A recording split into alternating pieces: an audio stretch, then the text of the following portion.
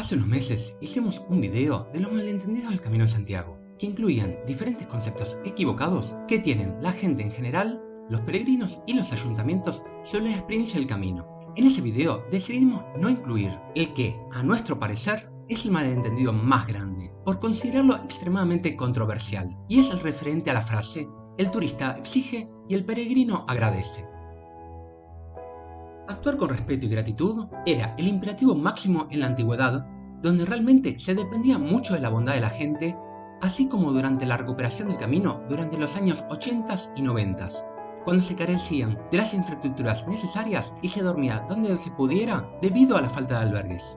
Ser peregrino en esas épocas era muy duro y sufrido. Sin embargo, los tiempos han cambiado, en muchas cosas para mejor y en otras para peor.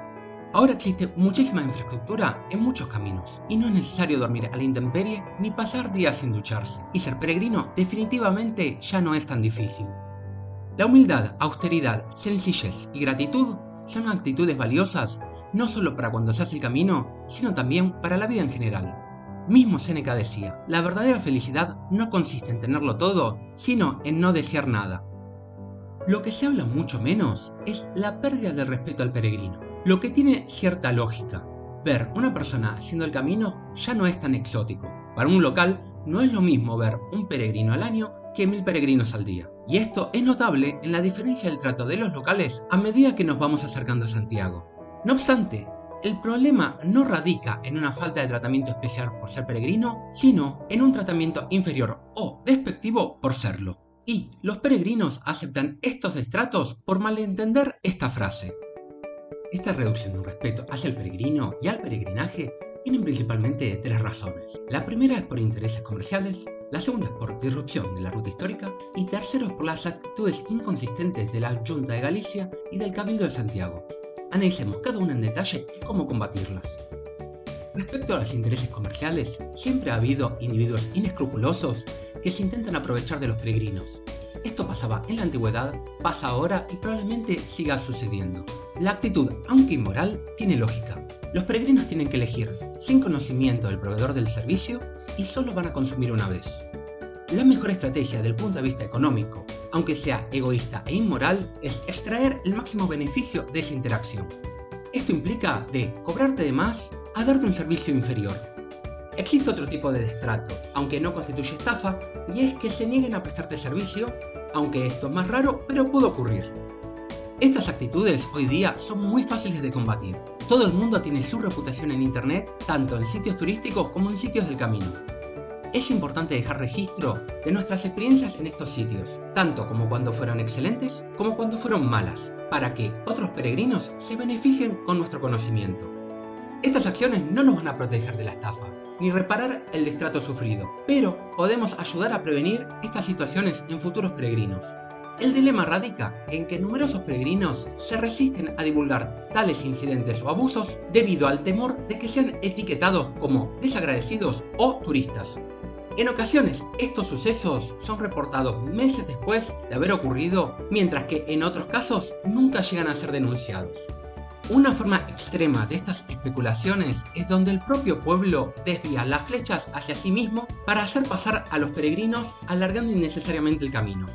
De estos, el caso más famoso es el del pueblo de Ventosa, en la etapa Logroño-Nájera del camino francés, que a fuerza de desviar las flechas ha logrado incluirse como parte del camino, mientras que el camino original ha sido rebautizado como camino directo. La forma de combatir este tipo de destrato es con conocimiento de la situación y evitando estas localidades.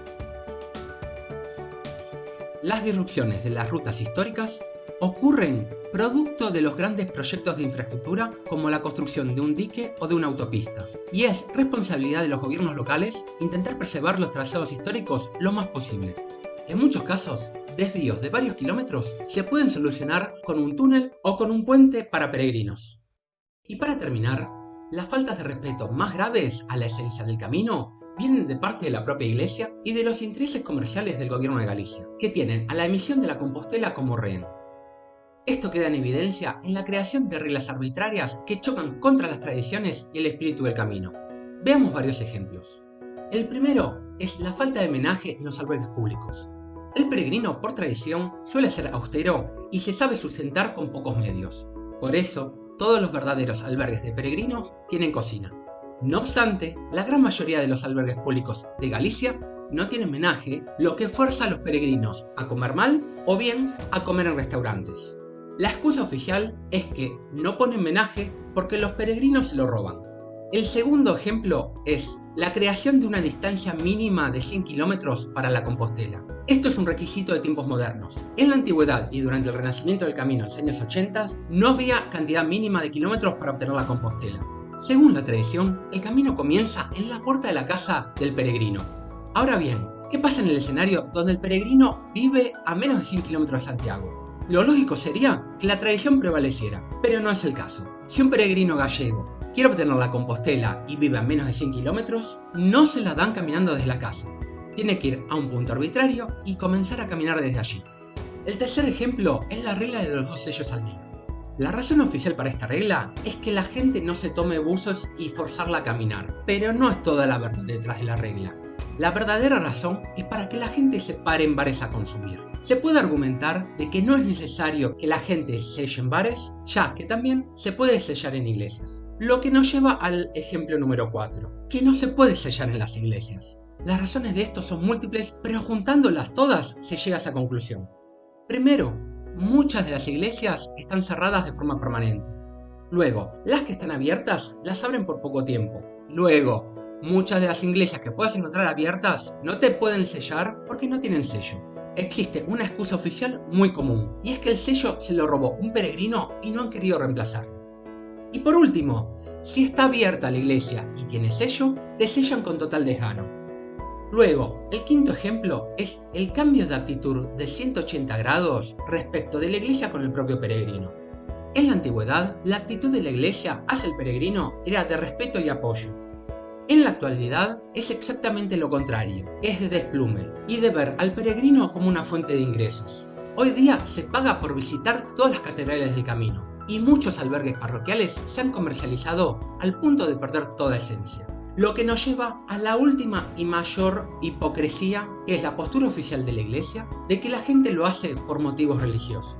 La presencia de la iglesia en el camino es casi nula, excepto para cobrar para ver las catedrales e iglesias. No obstante, a la hora de emitirte la Compostela, si dices que lo has hecho sin motivos religiosos, en la oficina de peregrino te intentan hacerte cambiar de opinión, para que digas que sí lo hiciste con motivos religiosos.